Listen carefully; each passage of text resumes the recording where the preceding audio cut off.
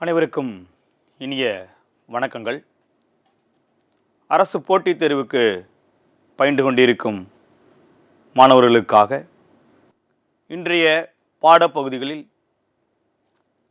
முக்கியமாக RRB group D பயிலும் மாணவர்களின் நலனுக்காக அறிவியல் பாடங்களின் முக்கியத்துவத்தில் செல் உயிரியல் என்ற பாடப்பகுதியை நாம் பார்க்க இருக்கின்றோம்.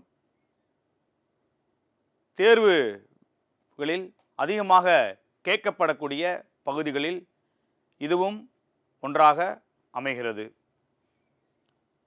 முதல்ல செல் அப்படின்னா என்ன, அதில் செல் எதற்கெல்லாம் தேவை, அதனுடைய பயன்கள் என்ன, அதன் மூலம் நாம் என்ன தெரிந்து கொள்ளலாம் அப்படிங்கிறத நம்ம பார்க்க போகிறோம். செல் உயிரியல். செல் என்பது ஒரு மனிதனுக்கு மிகவும் தேவையான ஒரு அடிப்படை அழகு தான் செல். எல்லா உயிரினங்களுமே பார்த்திங்க அப்படின்னாக்கோ செல்களால் அமைந்திருக்கிறது. அதில் பார்த்திங்கன்னா எல்லா செல் உயிரினங்களும் ஒரே பண்பை கொண்டு தான் காணப்படுகிறது.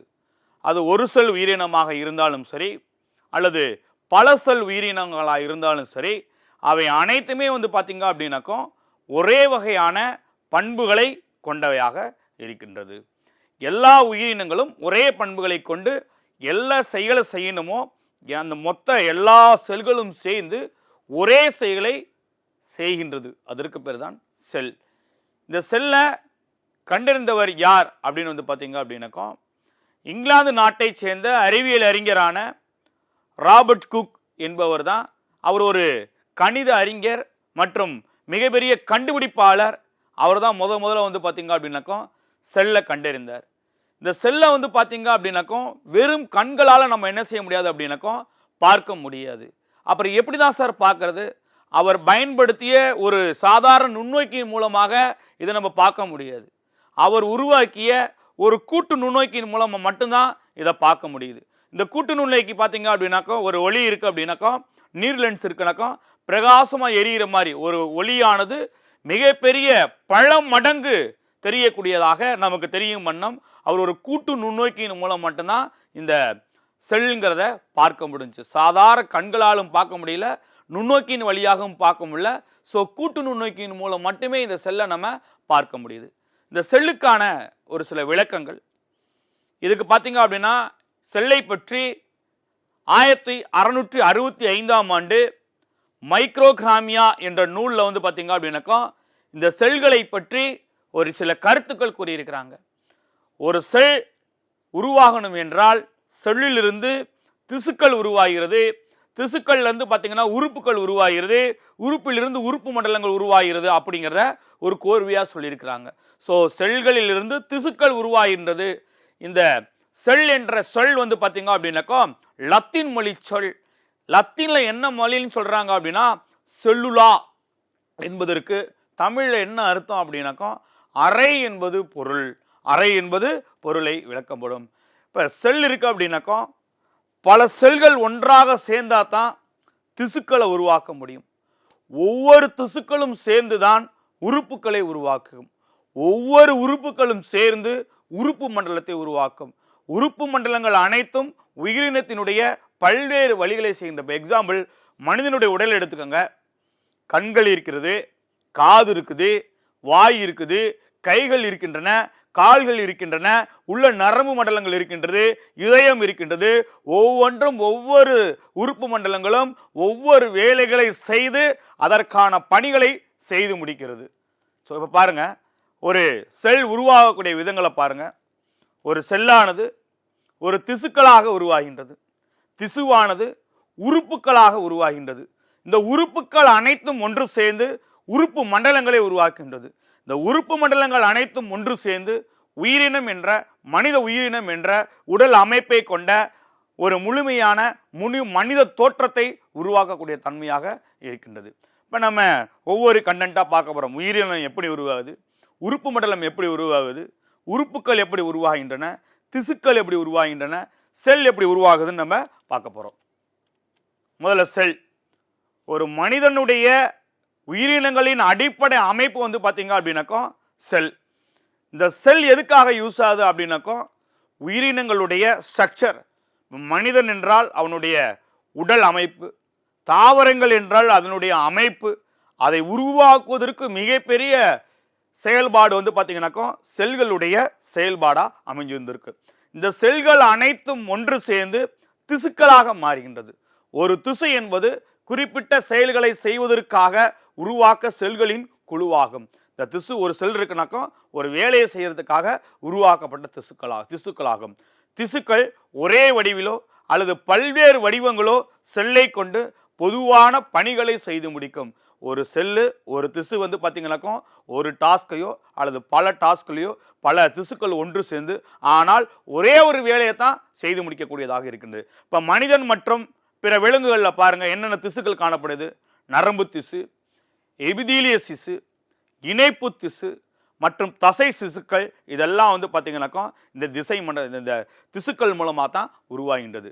தாவரங்களில் பார்த்தீங்க அப்படின்னாக்கா கடத்தும் திசு, புறத்தோல் திசு மற்றும் அடிப்படை திசுக்கள் காணப்படுகிறது. இப்போ தாவரங்களில் பார்த்தீங்க அப்படின்னாக்கா முதன்மை வேர், இரண்டாம் வேர், மூன்றாம் வேர் இருக்கு. இந்த முதன்மை வேர்கள் இரண்டாம் வேர்கள்லாம் பார்த்தீங்க அப்படின்னாக்கா பூமிக்கு அடியிலிருந்து நீர் மற்றும் கனிமங்களை உறிஞ்செடுப்பதற்கான திசு வேலைகளை செய்து வருகிறது.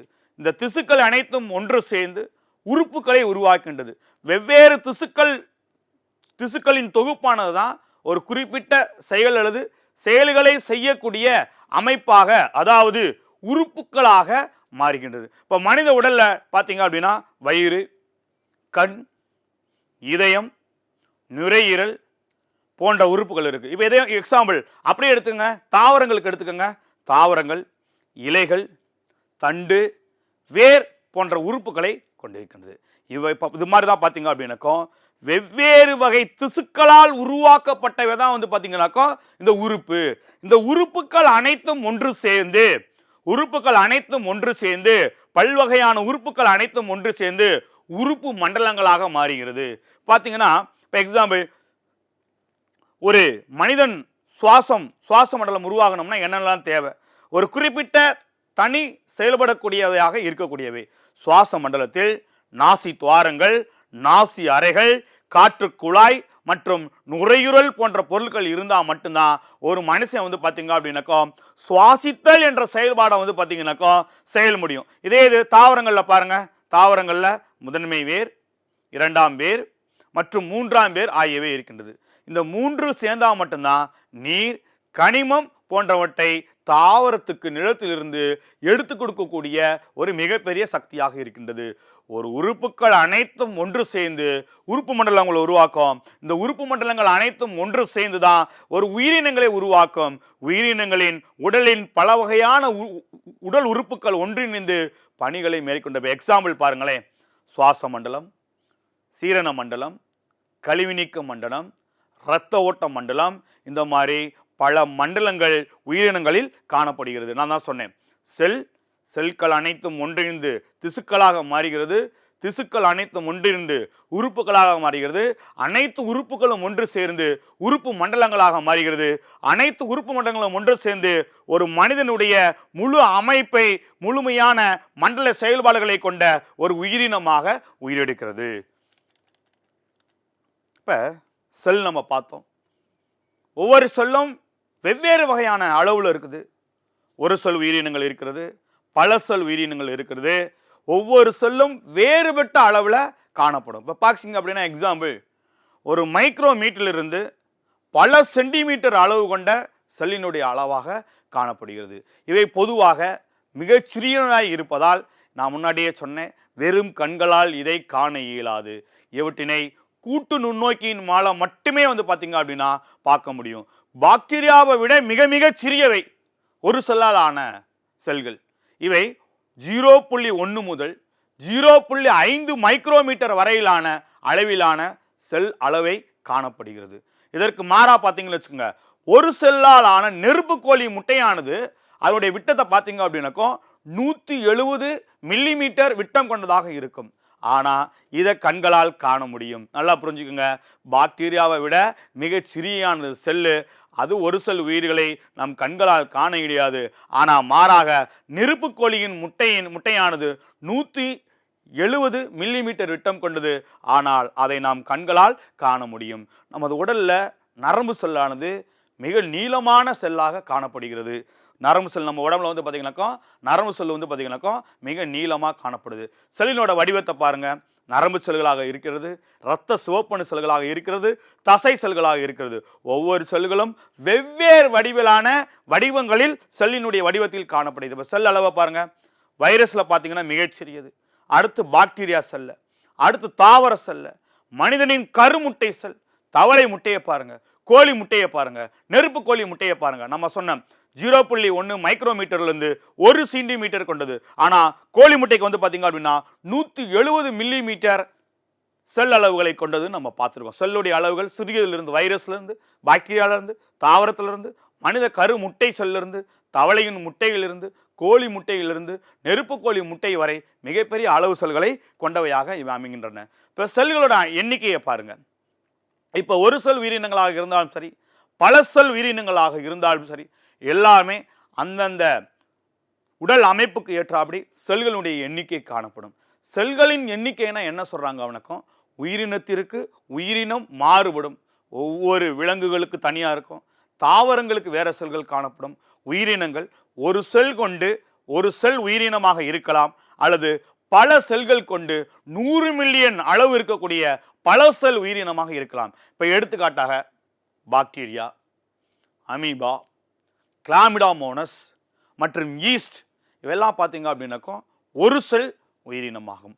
பல செல் உயிரினம் பாருங்க, ஸ்பைரோஹைரா, மாமரம் மற்றும் மனிதன் இவையெல்லாம் வந்து பார்த்தீங்க அப்படின்னாக்கும் பல செல் உயிரினங்களுக்கு எடுத்துக்காட்டு. மீண்டும் சொல்கிறேன், ஒரு செல் உயிரினம் எது அப்படின்னாக்கும் பாக்டீரியா, அமீபா, கிளாமிடாமோனஸ், ஈஸ்ட் இதெல்லாம் ஒரு செல் உயிரினங்களுக்கு எடுத்துக்காட்டு.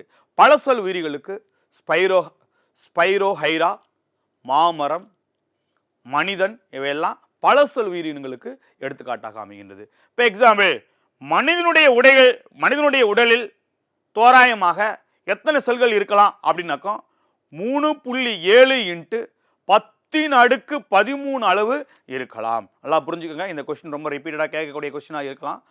தோராயமாக மனிதனுடைய உடலின் செல்களில் எண்ணிக்கை எவ்வளோ இருக்குது அப்படின்னா 3.7 × 10⁻13 இருக்கலாம். சரிங்களா? இது ரொம்ப முக்கியமான ஒரு கண்டென்ட். சரி, செல் பார்த்தோம். செல்லுடைய வகைகள் என்ன சார்? நீங்கள் செல்லோட சொன்னீங்க ஒரு செல் உயிரி, பல செல் உயிரி அப்படின்னு சொன்னீங்க. செல்லுடைய வகைகளை ஆதாரபூர்வமாக எப்படி சொல்கிறாங்க அப்படின்னாக்கா 2 வகையாக பிரிக்கலாம். ஒன்று, தெளிவற்ற உட்கருவை கொண்ட புரோகேரியா செல்கள். தெளிவற்ற உட்கருவை கொண்ட புரோகேரியாட் செல்கள். தெளிவான உட்கருவை கொண்ட யூகேரியாட் செல்கள். நல்லா புரிஞ்சுக்கோங்க. தெளிவா உட்கரு தெரியவில்லை என்றில் அது வந்து புரோகேரியாட்டி செல்கள்னு சொல்றாங்க. தெளிவான உட்கரு கொண்ட செல்களாக இருந்தால் அது யூகேரியா செல்கள் என்று சொல்கிறார்கள். அப்ப செல்ல 2 வகையா பிரிக்கலாம். ஒன்று புரோகேரியா செல்கள், இன்னொன்று யூகேரியா செல்கள் என்று பிரிக்கலாம். சரி, புரோகேரியா செல்கள்னா என்ன?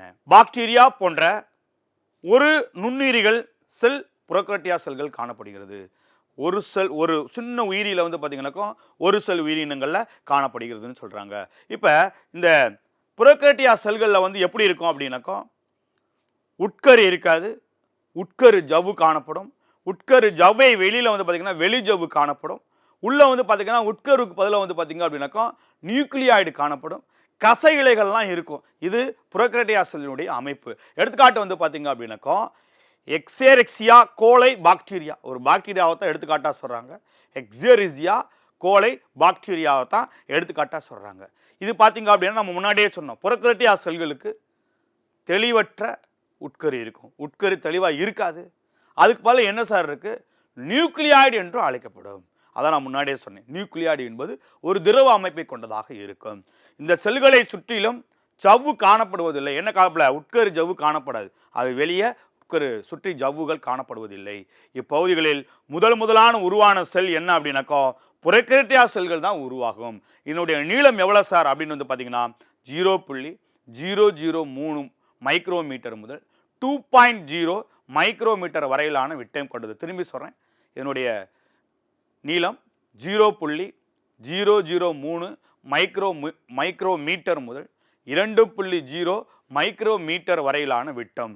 புரோகார்டியா விட்ட செல்களுக்கு எடுத்துக்காட்டு என்ன அப்படின்னாக்கா எக்ஸேரிசியா கோலை பாக்டீரியா. புரோகார்டியா செல்களுக்கு தெளிவற்ற உட்கரு இருக்காது. தெளிவற்ற உட்கரு என்ன செய்யாது, இதில் புரோகார்டியா செல்களுக்கு உட்கரு இல்லாமல் இருக்கும். அதுக்கு பதிலாக வந்து பார்த்தீங்க அப்படின்னாக்கா நியூக்ளியாய்டு என்ற திரவம் காணப்படும். நல்லா யோசிச்சு வச்சுக்கோங்க. யூக்கரிட்டியா செல்கள் அப்போ அதில் உட்கரு இல்லை, அப்போ கண்டிப்பாக அது என்னவா இருக்கும், உட்கருக்கள் இருக்கும். என்னெல்லாம் இருக்கும் அப்படின்னாக்கா இதில் மிகச்சரியாக பார்த்தீங்க அப்படின்னாக்கா உட்கரு காணப்படும், உட்கருவை சுற்றி உட்கரு கரு காணப்படும், உட்கரு ஜவ்வு காணப்படும், மைட்டோகாண்ட்ரியா காணப்படும், செல் ஜவ்வு காணப்படும், ரைசோம் காணப்படும், லைக் ரிபோசோம், இதெல்லாமே இதில் காணப்படமா இருக்கும். பாருங்க, யூக்கரிட்டியா செல்களை நான் முன்னாடியே டெஃபினிஷன் சொல்றேன் பாருங்க. தெளிவான செல்கள் உட்கருவை கொண்டுள்ளதுதான் யூக்கரிட்டியா செல்கள் எனப்படுகிறது. இவை புரோகார்டியா செல்களை விட அளவில் மிகவும் பெரியவையாக இருக்கும். புரோகார்டியா செல்களை காட்டிலும் இந்த யூக்கரிட்டியா செல்கள் அளவில் பெரியவையாக இருக்கும். இவை ஜவ்வுனால் சூழப்பட்ட நுண்ணுரைகளை கொண்டிருக்கும். அந்த புரோகார்டியா செல்களில் நுண்ணுரைகள் காணப்படுவதில்லை, ஆனால் யூக்கரிட்டியா செல்களில் நுண்ணுரைகள் காணப்படுகிறது. அங்க உட்கரு இல்லை, அதுக்கு பதிலாக நியூக்ளியாய்டு இருந்துச்சு, இங்க உட்கரு இருந்துச்சு. உட்கருவை சுற்றிலும் உட்கரு உரை காணப்பட்டுச்சு. வெளியே வந்து பார்த்தீங்கன்னா செல் ஜவ்வு காணப்படுகிறது, மைட்டோகாண்ட்ரியா காணப்படுகிறது, ரிபோசோம் காணப்படுது, லைசோசோம் காணப்படுது. இதெல்லாம் யூக்கரிட்டியா செல்களில் காணப்படும். எடுத்துக்காட்டு, தாவர செல்களிலும் விலங்கு செல்களிலும் பெரும்பாலும் பூஞ்சைகள், ஆல்காக்கள் இதெல்லாம் வந்து பார்த்தீங்க அப்படின்னாக்கோ யூக்கரிட்டியா செல்கள் காணப்படுகிறது. பாக்டீரியாவில் மட்டும்தான் வந்து பார்த்தீங்கன்னாக்கோ புரோகார்டியா செல்கள் காணப்படுகிறது. இப்போ யூக்கரிட்டியா செல்களுக்கும் பாக்டீரியா செல்களுக்கும் இடையே உள்ள வேறுபாடுகள் என்ன? யூக்கரிட்டியா செல்களுக்கும் புரோகார்டியா செல்களுக்கும் யூக்கரிட்டியா செல்களுக்கும் இடையே உள்ள வேறுபாடுகள் என்ன அப்படின்னாக்கோ புரோகார்டியா செல் 1 முதல் 2 மைக்ரான் விட்டம் கொண்டவையாக இருக்கும் புரோகார்டியா செல்கள். யூக்கரிட்டியா செல்கள் 10 முதல் 100 மைக்ரான் விட்டம் கொண்டவையாக இருக்கும். புரோகார்டியா செல்கள் செல் நுண்ணுறுப்பை சுற்றி ஜவ்வு காணப்படுவதில்லை. யூக்கரிட்டியா செல்களில் செல் நுண்ணுறுப்பை சுற்றி ஜவ்வு காணப்படுகிறது. அதான் நம்ம பார்த்தோம், உட்கருவை சுற்றி ஜவ்வு காணப்படலைன்னா அது புரோகார்டியா செல்கள். உட்கருவை சுற்றிலும் ஜவ்வு காணப்பட்டுச்சு அப்படின்னாக்கா அது யூக்கரிட்டியா செல்கள் நம்ம சொல்றோம். இங்க தெளிவற்ற உட்கரு கொண்டவை. உட்கருக்கு பதிலாக பார்த்தீங்க அப்படின்னாக்கா நியூக்ளியாய்டு காணப்படும். இங்க தெளிவான உட்கரு கொண்டவை. இங்க நியூக்ளியஸ் காணப்படுவதில்லை. யூக்கரிட்டியா செல்களில் வந்து பார்த்தீங்கன்னாக்கா நியூக்ளியஸ் காணப்படும். திரும்பி சொல்ற டெஃபினிஷன் எல்லாம் பார்த்து வச்சுக்கோங்க. புரோகார்டியா செல்கள், யூக்கரிட்டியா செல்கள். புரோகார்டியா செல்கள் 1 முதல் 2 மைக்ரான் விட்டம் கொண்டவையாக இருக்கும். யூக்கரிட்டியா செல்கள் 10 முதல் 100 மைக்ரான் விட்டம் கொண்டவையாக இருக்கும். செல் நுண்ணுறுப்புகளை சுற்றி ஜவ்வு காணப்படுவதில்லை புரோகார்டியா செல்களில். யூக்கரிட்டியா செல்களில் செல் நுண்ணுறுப்புகளை சுற்றி ஜவ்வு காணப்படும். புரோகார்டியா செல்களில் தெளிவற்ற உட்கரு கொண்டவையாக இருக்கும். யூக்கரிட்டியா செல்களில் தெளிவான உட்கரு கொண்டவையாக இருக்கும். புரோகார்டியா செல்களில் நியூக்ளியஸ் காணப்படுவதில்லை. யூக்கரிட்டியா செல்களில் நியூக்ளியஸ் காணப்படும். சரி, பார்த்தோம். தாவர செல்னா என்ன, விலங்கு செல்னா என்ன நம்ம பார்க்கணும். தாவர செல்னா என்ன, விலங்கு செல்னா என்ன? ஆக்சுவலாக நம்ம சொல்லும்போது யூக்கரிட்டியா செல்களில், தாவர செல்களிலும் விலங்கு செல்களிலும் பூஞ்சைகளிலும் ஆல்காக்களிலும் யூக்கரிட்டியா செல்கள் காணப்படுகிறதுன்னு பார்த்தோம். பாருங்க, அதுதான் நம்ம ஸ்டார்ட் பண்ண போகிறோம். தாவரங்கள் மற்றும் விலங்குகள் பல செல் உயிரினமாகும். இவற்றில் இருக்கக்கூடிய செல்கள் என்ன அப்படின்னாக்கோ யூக்கரிட்டியா செல்கள். ஸோ தாவர செல்லினுடைய பண்புகள் என்ன, அது பண்புகள் எப்படி இருக்கும்? தாவர செல் விலங்கு செல்களை விட அளவில் பெரியதாகவும் கடினத்தன்மை மிக்கதாகவும் இருக்கும். தாவர செல் வந்து பார்த்தீங்கன்னாக்கா விலங்கு செல்லை கம்பேர் பண்ணும்போது பெரியவையாகவும் கடினத்தன்மை மிக்கதாகவும் இருக்கும். தாவர செல்கள் அதனை சுற்றி வெளிப்புறத்தில் அதனை அடுத்து கொண்டுள்ள செல் சுவரையும் செல் ஜவ்வினையும் கொண்டிருக்கும். தாவர செல்கள் அதை சுற்றி இருக்கக்கூடிய செல் சுவரையும் செல் சவ்வினையும் கொண்டிருக்கும். தாவரங்கள் பசுங்கனியங்களை கொண்டுள்ளன. அவற்றில் காணப்படும் பச்சையம் என்ற நிறைமி தாவரத்துக்கு தேவையான உணவை தயாரிக்கக்கூடியும். பார்த்தீங்க அப்படின்னாக்கோ தாவரங்கள் வந்து பார்த்தீங்கன்னா பொதுவாக பகல் பொழுதில் கார்பன் டை ஆக்சைடு வாயுவை சுவாசித்து கொண்டு தனக்கு தேவையான பச்சையம் மூலமாக சூரிய ஒளி முன்னிலையில் ஸ்டார்ச் என்ற உணவை தயாரித்து கொள்ளும் தன்மை கொண்டது. அதனால தான் என்ன சொல்லுவாங்க அப்படின்னாக்கோ தாவரங்கள் அல்லது மரங்கள் அல்லது செடி கொடிகள் பகல் பொழுதில் கார்பன் டை ஆக்சைடை சுவாசித்து கொண்டு ஆக்சிஜன் வாயுவை வெளியிடும். இரவு பொழுதுகளில் ஆக்சிஜன் வாயுவை சுவாசித்து கொண்டு கார்பன் டை ஆக்சைடு வாயுவை வந்து பார்த்தீங்கன்னாக்கா வெளிவிடும் தன்மை கொண்டது. ஸோ இரவு நேரங்களில் நாம் மரத்தடியில் படுத்தோம் அப்படின்னாக்கா அது வெளிவிட கிடைக்கின்ற கார்பன் டை ஆக்சைடு வாயு மனிதர்களுக்கு மூச்சு திணறல் நோய் ஏற்படுவதற்கான வாய்ப்பு இருக்கும். இதன் காரணமாக மூக்கிலோ அல்லது வாய் துவாரங்களிலோ வந்து பார்த்தீங்க அப்படின்னாக்கா இரத்த கசிவு வருவதற்கான வாய்ப்புகள் அதிகம் உள்ளதாக இருக்கின்றது. ஸோ தாவரங்களுக்கு தேவையான ஸ்டார்ச் தயாரிப்பதற்கு மிக பெருந்துணையாக இருப்பது இந்த பசுங்கணிகத்தினுடைய முக்கியமான வேலைகளாகும். அப்புறம் பார்த்தீங்க அப்படின்னாக்கா நுண்குமிழிகள் தாவர செல்களில் காணப்படுகிறது. ஆனால் சென்ட்ரியோல் காணப்படுவதில்லை. நுண்குமிழி காணப்படும், ஆனால் என்ன காணப்படுவதில்லை? சென்ட்ரியோல்கள் தாவர செல்லில் காணப்படுவதில்லை. ஸோ தாவர செல்லை பாருங்க, தாவர செல்லுடைய அமைப்புகளை பாருங்க. கோல்கை உறுப்புகள் இருக்கும், பசுங்கணியங்கள் இருக்கும், உட்கரு இருக்கும், நியூக்ளியோலஸ் இருக்கும், எண்டோபிளாச வலைப்பின்னல் இருக்கும், செல் சுவர் இருக்கும், மைட்டோகாண்ட்ரியா இருக்கும். ஸோ தாவர செல்லில் இருக்கக்கூடிய உறுப்புகள் என்னென்ன அப்படின்னு பார்த்தீங்கன்னாக்கா உட்கரு இருக்கும், உட்கருக்குள்ளே வந்து பார்த்தீங்கன்னாக்கா நியூக்ளியோலஸ் இருக்கும், உட்கருக்கு வெளியே வந்து பார்த்தீங்கன்னாக்கா எண்டோபிளாச வலைப்பின்னல் இருக்கும், பின்னாடி வெளியே வந்து பார்த்தீங்க அப்படின்னாக்கா கோல்கை உறுப்புகள் இருக்கும், பசுங்கணியங்கள் இருக்கும், செல் சுவர் இருக்கும், செல் சுவர் மைட்டோகாண்ட்ரியா என்ற இந்த அமைப்புகளை எல்லாம் கொண்டது தாவர செல். விலங்கு செல், விலங்கு செல் வந்து பார்த்தீங்கன்னாக்கா தாவர செல்லை விட அளவில் மிக சிறியவையாக இருக்கும். அங்கே பார்த்தோம் தாவர செல் விலங்கு செல்லை காட்டிலும் அளவில் பெரியவையாக இருக்கிறது. இங்கே பாருங்க, விலங்கு செல்கள் கடினத்தன்மை அற்றவை, ஆனால் தாவர செல் கடினத்தன்மை கொண்டது. விலங்கு செல்லை சுற்றிலும் செல் ஜவ்வு காணப்படும், ஆனால் இது உரை காணப்படுவது இல்லை. செல் சுவர் விலங்கு செல்லில் பசுங்கணியம் காணப்படுவதில்லை. செல் சுவர் இருக்காது, விலங்கு செல்ல வந்து பார்த்தீங்கன்னா பசுங்கணியம் இருக்காது. ஏன்னா தாவரங்கள் மட்டுமே சூரிய ஒளியின் மூலம் தனக்கு தேவையான உணவான ஸ்டார்ச் என்ற உணவை தயாரிக்கும். விலங்கு செல் வந்து பார்த்தீங்கன்னாக்கோ தயாரிக்க தேவையில்லை. அதில் நுண்குமிழிகள் காணப்படுவதில்லை. இங்கு வந்து பார்த்தீங்கன்னாக்கோ நுண்குமிழிகள் காணப்படும். அதே மாதிரி அங்கே சென்ட்ரியோல்கள் இருக்காது. விலங்கு செல்லில் வந்து பார்த்தீங்க அப்படின்னாக்கோ கண்டிப்பாக சென்ட்ரியோல்கள் காணப்படும். இங்கே பாருங்கள், விலங்கு செல்லில் என்னெல்லாம் இருக்குன்னு பாருங்கள். ஒன்று உட்கரு காணப்படுது. உட்கருக்குள்ளே வந்து பார்த்தீங்கன்னாக்கா நியூக்ளியோலஸ் காணப்படுகிறது. சொரசொரப்பான எண்டோபிளாச வலைப்பின்னல் காணப்படுகிறது. கோல்கை உடலங்கள் காணப்படுகிறது. சென்ட்ரியோல் காணப்படுகிறது. பிளாஸ்மா ஜவ்வு காணப்படுகிறது. மைட்டோகாண்ட்ரியா இந்த விலங்கு செல்லில் காணப்படக்கூடிய உறுப்புகளாக நாம் பார்க்கிறோம். தாவர செல்லுக்கும் விலங்கு செல்லுக்கும் இடையே உள்ள டிஃபரன்சியேஷன் பார்த்துருக்கோம். பாருங்க, தாவர செல்ல என்ன இருக்கு, விலங்கு செல்ல என்ன இருக்கு. தாவர செல்ல செல் சுவர் காணப்படும், பசுங்கணியங்கள் காணப்படும், பெரிய குமிழ்கள் காணப்படும். விலங்கு செல்களில் சென்ட்ரியோல்கள் காணப்படும், சிறிய குமிழ்கள் காணப்படும். தாவரங்களில் செல்லை சுற்றிலும் செல் சுவரை சுற்றிலும் செல் சுவர் காணப்படும். இந்த செல் சுவர் எதுக்காக அப்படின்னாக்கா செல்லை பாதுகாப்பதற்காக பயன்படுத்தக்கூடிய ஒரு வடிவத்தை கொடுக்கக்கூடியதற்காக பயன்படுத்தக்கூடியதான் இந்த செல் சுவர். பசுங்கணியம் பசுமை நிறைவுடைய கனிமங்கள் அதிக அளவில் நிறைந்துள்ளன. ஒளிச்சேர்க்கைக்கு தேவையானது பசுங்கணியமாகும். பெரிய குமிழ்கள், இந்த பெரிய குமிழ்கள் எதுக்காக காணப்படுது அப்படின்னா கரிம கனிம வேதி மூலக்கூறுகள் மற்றும் நீர் செல் உறுப்புகளுக்கு ஆதாரம் வழங்குவதற்காக இந்த பெரிய குமிழ்கள் காணப்படுகிறது. இதே விலங்கு செல்ல பாருங்க, சென்ட்ரியோல்கள் இருக்கிறது. இந்த சென்ட்ரியோலுடைய மிகப்பெரிய பணி என்னன்னாக்கோ, சென்ட்ரியோல் என்பது கோளக வடிவில் இருக்கக்கூடியதாக இருக்கும். அதுவும் ஜோடி ஜோடியா இந்த செல் பகுப்பு காணப்படும். இது நார்களை பெருக்கமடை செய்வதற்காக பயன்படுகிறது. இங்கு தாவர செல்ல பெரிய குமிழ்கள் காணப்படும், விலங்கு செல்ல சிறிய குமிழ்கள் காணப்படும். இந்த சிறிய குமிழ்களோட வேலை என்ன அப்படின்னாக்கா கரிம கனிம வேதி மூலக்கூறுகளில் மற்றும் நீர் உறுப்புகளுக்கு ஆதரவு வழங்குறது இது முக்கியமான வேலையாக இருக்கும். ஸோ இந்த விலங்கு செல்ல வேற என்னெல்லாம் காணப்படுது, உட்கரு இருக்கிறது, ரிபோசோம் இருக்கிறது, சைட்டோபிளாசம் இருக்கிறது, எண்டோபிளாச வலைப்பின்னல் இருக்கு, கோல்கி உடலம் இருக்கிறது, மைட்டோகாண்ட்ரியா இருக்கிறது. இந்த உட்கரு எதுக்காக பயன்படுது அப்படின்னாக்கா செல்லின் கட்டுப்பாட்டு மையம் இந்த உட்கரு தான். இதுதான் விலங்கு செல்ல இருக்கக்கூடிய மிகப்பெரிய செல் உறுப்பாகும். ரிபோசோம், இந்த ரிபோசோம் ஆர்என்ஏவை பெற்றுள்ளன.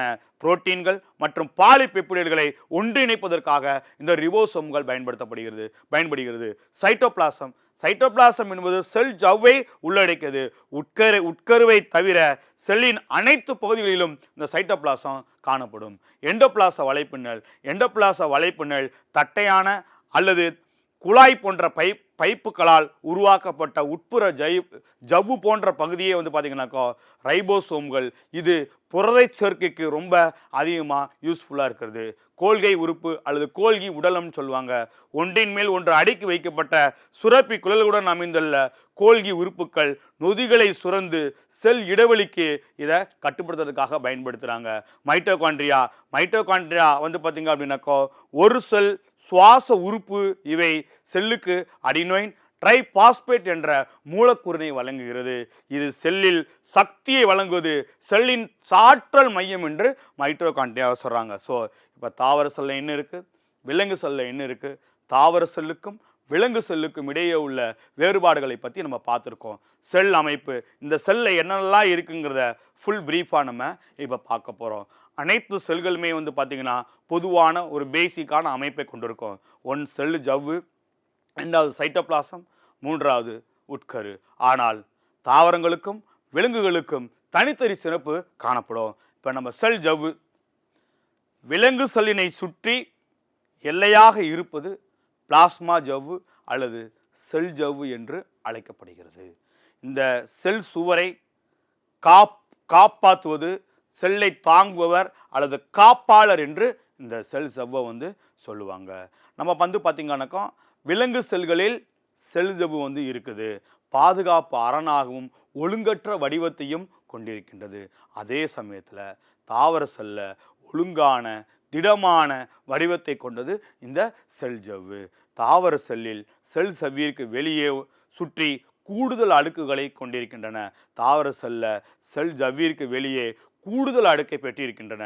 ஒரு செல் சுவர், இது செல் சுவர் என்று அழைக்கப்படுகிறது. இந்த சுவர் தாவர செல்லிற்கு பாதுகாப்பு மற்றும் உறுதிப்புட்டான சட்டகமாக, உறுதியாக, ஒரு பாதுகாப்பாளராக, ஒரு தாங்குவராக இந்த செல் ஜவ்வு செயல்படுகிறது. இந்த செல் சுவர் பல்வேறு கலவைகளால் ஆனது. முக்கியமாக செல்லுலோஸ் தாவர செல்லிற்கு வடிவத்தை தருகிறது. அது அதிக உயரத்துக்கு வளர்ந்து விட்டால் கூட தாவரங்களுக்கும் உறுதியாகவும் நேராகவும் நிற்பதற்கு இந்த செல்லுலோஸ் வந்து உருவாகுது. இதில் முக்கியமாக வந்து பார்த்திங்க அப்படின்னா இதில் என்னெல்லாம் காணப்படும் அப்படின்னாக்கா செல் சுவர் காணப்படும், சைட்டோபிளாசம் காணப்படும், குமிழிகள் காணப்படும். முக்கியமாக வந்து பார்த்திங்க அப்படின்னா பிளாஸ்மோடெஸ்மாட்டா அப்படின்னா என்ன அப்படின்னாக்கா சிறிய துவாரத்தின் மூலம் ஒவ்வொரு செல்லும் அதன் உள்ள செல்களுக்கு இணைத்து கொள்வதற்கு கூடிய ஒரு இணைப்பு கால்வாய் தான் வந்து பார்த்திங்க அப்படின்னாக்கா பிளாஸ்மோடெஸ்மாட்டா அப்படின்னு சொல்கிறாங்க. சின்ன இணைப்பு குழாய் மாதிரி ஒரு செல் மற்றொரு செல்லுடன் இணைந்திருப்பதற்கு தான் பார்த்திங்கனாக்கா பிளாஸ்மோடெஸ்மாட்டா அப்படின்னு சொல்லுவாங்க. ரெண்டாவது சைட்டோபிளாசம் என்பது செல்லின் இயக்க பகுதி அல்லது செல் இயக்கத்தின் பகுதின்னு சொல்கிறாங்க. சைட்டோபிளாசம் என்பது செல் ஜவ்வு உள்ளடக்கிய செல்லின் அனைத்து பகுதிகளையும் கொண்ட ஆனால் உட்கருவை தவிர்த்துள்ள பகுதிகளாகும். இந்த சைட்டோபிளாசம் உட்கருக்குள்ள மட்டும் இருக்காது, மிச்ச எல்லா இடங்களிலும் இது காணப்படும். சைட்டோபிளாசமானது சைட்டோசால் மற்றும் செல் நுண்ணுறுப்புகளால் ஆனது. சைட்டோபிளாசமானது சைட்டோசால் மற்றும் செல் நுண்ணுறுப்புகளால் ஆனது. சைட்டோசால் என்பது நீர் நிறைந்த ஜெல்லி போன்ற 70% 90% அளவு நீரால் ஆனது. பொதுவாக இது நிறமற்ற தன்மையுடன் காணப்படும். செல்லில் உள்ள நுண் உறுப்புகள் மற்றும் அமைப்புகள் என்பன எண்டோபிளாச வலைப்பின்னல், நுண்குமிழிகள், ரைசோசோம், கோல்கை உறுப்புகள், லைசோசோம், மைட்டோகாண்ட்ரியா, சென்ட்ரியோல்கள், பசுங்கணிகங்கள், பிளாஸ்மா ஜவ்வு மற்றும் செல் சுவர். இதெல்லாமே வந்து பார்த்திங்க அப்படின்னாக்கா இந்த செல் நுண்ணுறுப்புகளில் காணப்படக்கூடிய முக்கியமான பகுதிகள் ஆகும். புரோட்டோபிளாசம் அல்லது சைட்டோபிளாசம் உட்கருவின் உள்ளேயும் வெளியேயும் இருக்கக்கூடியது இந்த புரோட்டோபிளாசம் அல்லது சைட்டோபிளாசம். உட்கருவின் பொருள் புரோட்டோபிளாசம் உள்ள ஒரு திரவ அணுக்கருவாகும். அதுக்கு பேர் என்ன சொல்லுவாங்க அப்படின்னாக்கா நியூக்ளியோபிளாசம் என்றும் சொல்லுவாங்க.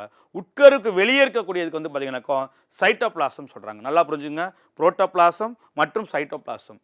உட்கருவின் பொருள், உட்கருவின் உள்ள இருக்கக்கூடிய பொருளுக்கு பேர் புரோட்டோபிளாசம் உள்ள திரவம், அணுக்கரு திரவம் அல்லது நியூக்ளியஸம் சொல்லுவாங்க.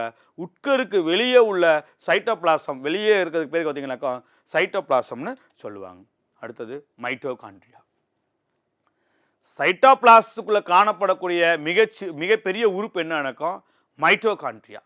இந்த மைட்டோகாண்ட்ரியா வந்து பார்த்தீங்க அப்படின்னாக்கா செல்லினுடைய ஆற்றல் மையம்னு சொல்லுவாங்க. செல்லினுடைய ஆற்றல் மையம்னு சொல்லுவாங்க. மைட்டோகாண்ட்ரியா கோளக வடிவத்திலேயோ அல்லது குச்சி வடிவிலோ அல்லது இரட்டை ஜவ்விலான நுண்ணுறுப்புகளை கொண்டிருக்கும். என்னென்ன வடிவத்தில் இருக்கும்? கோள வடிவம், குச்சி வடிவம், இரட்டை ஜவ்வினாலான நுண்ணுறுப்புகளை இது கொண்டிருக்கும். காற்று சுவாச வினைகளில் ஈடுபட்டு ஆற்றல் வெளியீடு செய்யறதுக்காக இது பயன்படுகிறாங்க. அதனால தான் அது என்ன சொல்லுவாங்கன்னா மைட்டோகாண்ட்ரியாவை செல்லின் ஆற்றல் மையம் என்று சொல்லுவாங்க. மைட்டோகாண்ட்ரியாவில் உற்பத்தி செய்யப்படும் ஆற்றல் அனைத்து வளர்சிதை மாற்றங்களுக்கும் இதை பயன்படுத்துகிறாங்க.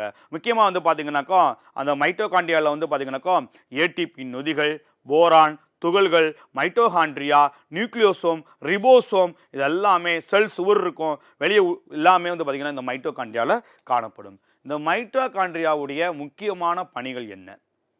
இந்த மைட்டோகாண்ட்ரியா வந்து பார்த்திங்க அப்படின்னாக்கா சுவாசிப்பதற்கு மிக முக்கியமான ஒரு நுண்ணுறுப்பாகும். இதில் ஏராளமான ஏடிபிக்கள் உருவாக்குகின்றன. இது செல்லினுடைய ஆற்றல் மையம் அல்லது சக்தி நிலையம்னு சொல்லுவாங்க. செல்லில் கால்சியம் அயனிகளின் சத்தம் வந்து பார்த்தீங்கன்னாக்கா சமநிலையாக பாதிக்கிறது. செல்லினுடைய வளர்ச்சிதை மாற்றம் செயலில் இது முக்கிய பங்கினை வகிக்கின்றது. ஸோ இப்போ இந்த வகுப்பில் நம்ம என்னென்ன பார்த்துருக்கோம் அப்படின்னாக்கா தாவர செல்னா என்ன, விலங்கு செல்னா என்ன, விலங்கு செல்லில் காணக்கூடிய உட்கருக்கள் எப்படி இருக்கும், தாவர செல்லில் காணக்கூடிய உட்கருக்கள் எப்படி இருக்கும், தாவர செல்லில் பசுங்கனியம் இருக்கிறது, விலங்கு செல்லில் பசுங்கனியம் இல்லை, மைட்டோகாண்ட்ரியானா என்ன, மைட்டோகாண்ட்ரியாவுடைய வகைகள் என்ன, புரோட்டோசோவானா என்ன அப்படிங்கிறத இந்த வகுப்பில் தெளிவாக நம்ம பார்த்துருக்குறோம். இதனுடைய கண்டினியூட்டி அடுத்த வகுப்புகளில் நாம் உங்களை சந்திக்கின்றோம். நன்றி.